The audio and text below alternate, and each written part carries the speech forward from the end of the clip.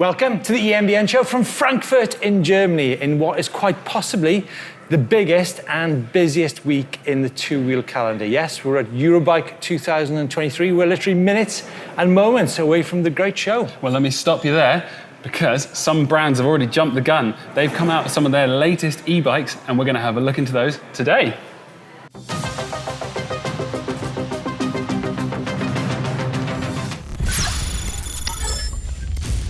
Hi everyone, yes, we're going to be bringing you all the latest EMTB tech from Eurobike 2023 over the next few days, but it's already been a super busy week here in Germany. Bosch have launched the new SX motor, lightweight motor. There's going to be some brands with that, isn't there? There's going to be a hell of a lot of brands, so I think we're going to be excited to see, but not only at Eurobike, there's brands that have already started to spec them and come out with them before Eurobike, like Norco. Norco. I didn't get the name of the bike, but it looks super sleek, doesn't it? You've got the system remote on the top tube there, the down tube, the top tube. It's a very slimline looking bike, isn't it? Yeah, I'd say it's trail bike, you know, looking at 140 travel, it's coming spec'd out pretty well, but I'm thinking this thing is going to be sub 17 kilos. Oof, okay, I think that's it, isn't it? I mean, the thing is what actually is a lightweight e-bike? Is it? Hey, let's not get into those realms now on this show right here. All right, well, I tell you what then, I think we should speculate though. I mean, for sure. What brands are going to have the SX motor? You're going to get Conway, you're going to get White, you're going to get Cube. Surely Cube's going to be a big player in that motor game, right? I think so. But Adam, if you want to move on, how about we start with something bigger hitting? How about the Ducati Corsa, the new Powerstage from Thok? Now, Thok actually had a launch recently with all the Thok tribe down in Castiglione della Pescaia. Which, do you like that? Yeah, which is very well done. South of Pisa. Now, this new bike is 170, 180. It's got a Shimano EP801 motor. There's only 230 of these made in this very special colour. It's the colour of the Desmos DC. You were doing so well. I was.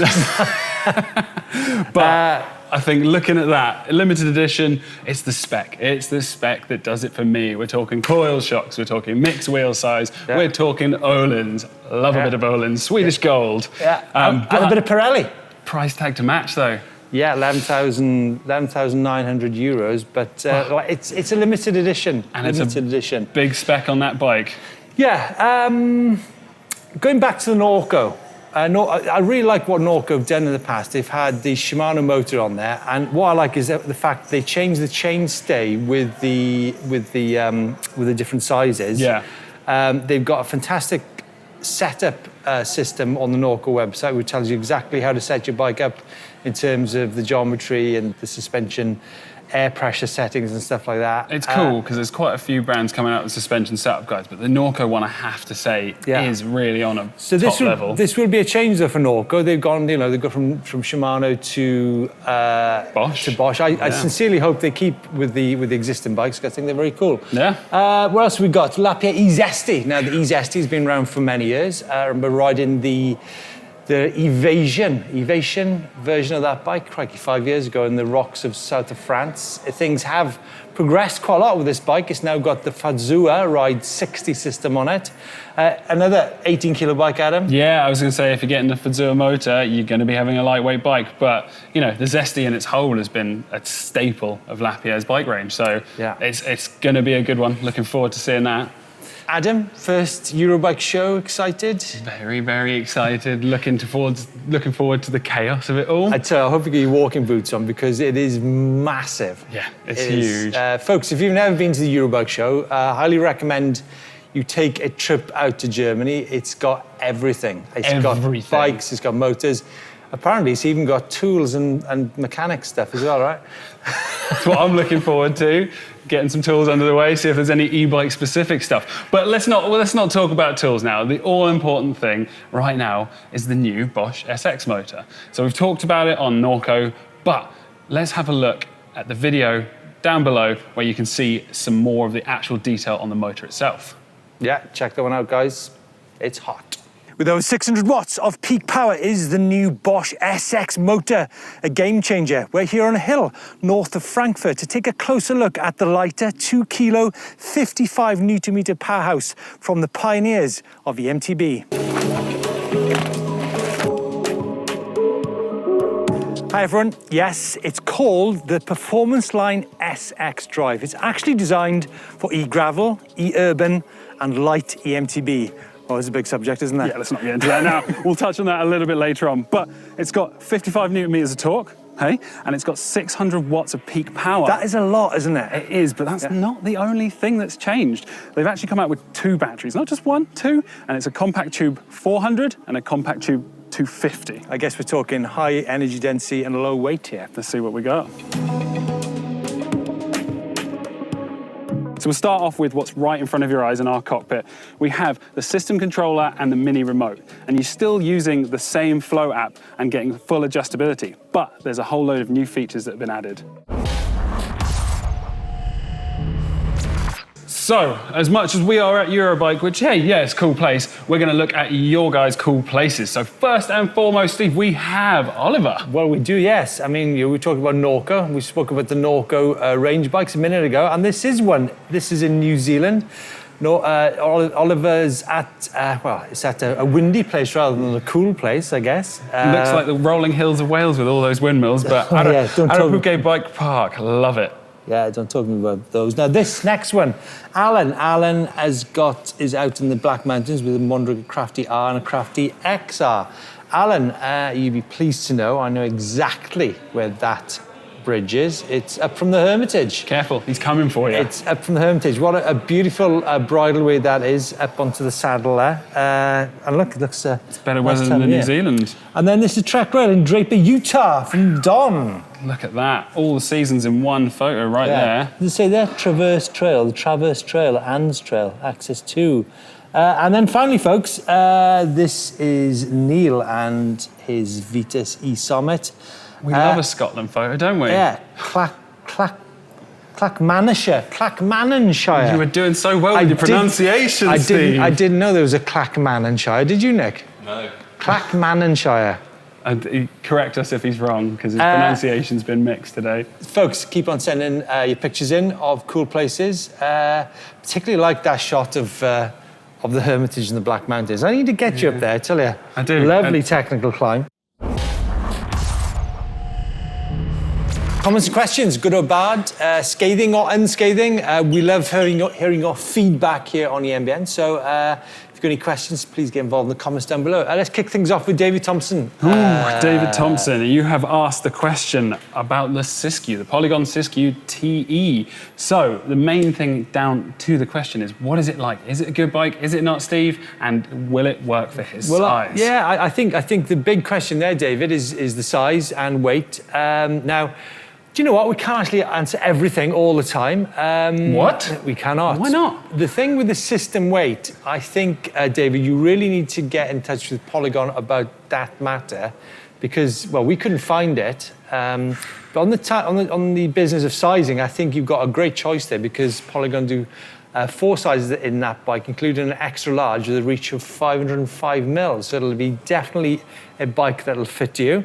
I think the price on this bike, Adam, is pretty spectacular, just over $3,000. I mean, it's got great angles, it's got great spec. I mean, you can have a lot of fun with it. But EPA 01? EPA 01, but I'm afraid we can't answer the question on system weight. But I think you'd be good, but it's worth double checking, isn't it? Contact your local Polygon dealer, or again, sometimes it comes down to the components. So check the individual components for, say, the wheels and their max weight, rider weight. That would be the best way to go for it. Next up from Luke Dangles and Mackenzie. When will we see angled headsets for EMTB? Well, Luke, you shouldn't really need an angled headset, because the brand should have got the numbers right in the first place, right? But yeah, I do agree with you. But say you've got a slightly older one, you can get angle sets. Now, angle headsets aren't specific to EMTBs. You might put a little bit more stress through them, but it's something that's going to make your older e-bike potentially a little bit more progressive with its geometry. However, be wary that it could put more stress on the frame. So if you put a why wouldn't you put a shock bushing in instead? Shock offsets. You can put shock offsets, but they will affect the geometry in different ways. So for example, you put an angle set in, it's going to slacken the front, steepen the seat angle, and drop the bottom bracket down ever so slightly. Is it going to steepen the seat to angle? Yes, it should do. Because imagine you push the front down, it's going to pull the whole bike forwards. Whilst an offset bushing is probably going to drop your bottom bracket slightly and is not going to affect your seat angle as much. But the headset offsets are going to drop your bottom bracket too, right? Exactly. So on to the next one then, Steve. So last question for our show today is from EMTB Arkansas 8138. So he seems to hear a lot about the EP8 lacking the quick and top end power that you find in a Bosch or Yamaha motor, but he's really interested in the auto shift at some point. But he leans away from the Shimano motor. Currently rides an E7000 motor, and he wants to know how much of a difference there is between the E7000 and an EP801, and would he notice the difference? I mean, well, there is a difference. I mean, there's a difference between everything. It depends on your bike, depends on where you ride. I love riding my Canyon Spectral on. It's got, it's got the Shimano EP8 motor on there. I've ridden the EP801 with auto shift. I guess the question is, if you're thinking about going for a Bosch or a Yamaha, then you're not going to have the ability to ride auto shift. And I think it's a very cool feature. I certainly think it's there's a performance difference by using it. Obviously, it comes at a price. Then it comes at a non-price because you can actually use the Link Glide componentry, which is £120 for the cassette, I think £100 for the derailleur. So you're going to actually be saving money. You're going to be saving money in terms of the wear and tear of your bike. The power thing, you say top end power, actually depends what motor you go for, because obviously the Bosch Performance CX behaves differently to the Bosch Performance CX limited edition motor. That gives you the power, gives you all the power quickly, whereas maybe the CX gives you probably, if you're I guess it comes down to whether he's timing himself or not. I mean, are you in a rush? Arguably, I'd say get down and try them. It's the biggest thing that will make a difference, because it really comes down to personal preference. Yeah, it's just a matter of you, the rider, interpreting how the motor behaves, how you get the best out of the motor. I certainly don't have less fun riding a Shimano motor to a Bosch motor or a Yamaha one. No, I think they're all in great. summary, you will notice a difference. It just depends what the difference means to you. And if auto shift is a big enough difference, then go for auto shift and the EP801. But thank you guys so much for your comments and feedback. We are going to jump down onto the next section. But before that, please carry on leaving down some of your questions, and we will do our best to answer them in the upcoming shows.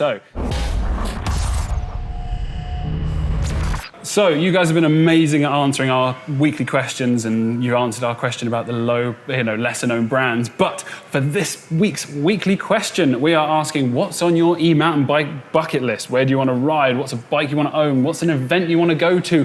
Where do you want to see e-mountain bikes go? So leave a comment below, and we would love to see what you guys come up with. What's on your bucket list, Adam? Biggest battery, biggest motor, biggest bike, let's go, biggest mountains. What? We've got Steve and Aubert. Aubert rides in Essex. A bit of hay. Love a bit of hay. It's a super nice shot. That's definitely a super nice. It's a big dude beauty. And then next up is Matthew Cardenham Woods and the Scott Genius E-Ride 920. Beautiful, super nice. Do you think so? With that tree going through the middle of the shot? I know, I'm looking at the bike. Dubious. I really like this next shot from Alex in Halden Forest with his Hybuck All-Mount in 3. Yeah.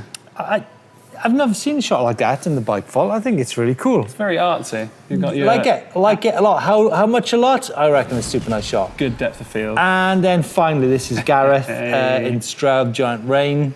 Hey, look at that. Family. Do you think that bike's a bit big for him?